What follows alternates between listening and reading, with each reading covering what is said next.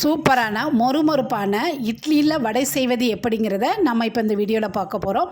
அதுக்கு காலையில் அவிச்ச இட்லியை இந்த மாதிரி நல்லா உதுத்து எடுத்துக்கோங்க. இந்த அளவுக்கு நல்லா உதுத்ததுக்கப்புறமா நம்ம வேக வச்சு மசித்த 2 உருளைக்கிழங்கு அதை இது கூட சேர்த்துக்கிடலாம்.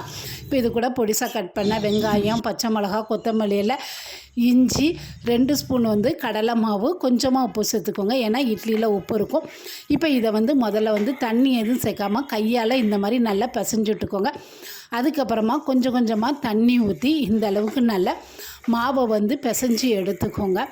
இந்த மாதிரி இட்லியில் வேஸ்ட் ஆகாமல் இந்த இட்லியை நீங்கள் வடையாக சுட்டு எடுத்துக்கிடலாம். இப்போ ஒரு 10 நிமிஷம் நல்லா ஊற வச்சதுக்கப்புறமா நம்ம இந்த மாவு இந்த மாதிரி கையால் உருட்டி எடுத்து வடையாக தட்டி எடுத்துக்கிடலாம். இப்போ இதை நம்ம எண்ணெயில் போட்டு பொரித்து எடுத்துக்கிடலாம். இது அதிகமான நேரம் வேகணும் அப்படிங்கிறதெல்லாம் இல்லை. இது இந்த வடை அதிகமான எண்ணெயும் குடிக்காது. 2 பக்கமும் நல்லா ப்ரௌன் கலராக ஆனோன்னா எண்ணெயிலேருந்து நம்ம இதை எடுத்துக்கிடலாம். சூப்பரான இட்லியில் செய்த மொறுமொறுப்பான வடை ரெடி ஆகிட்டு. கண்டிப்பாக நீங்களும் இந்த மாதிரி ட்ரை பண்ணி பாருங்கள்.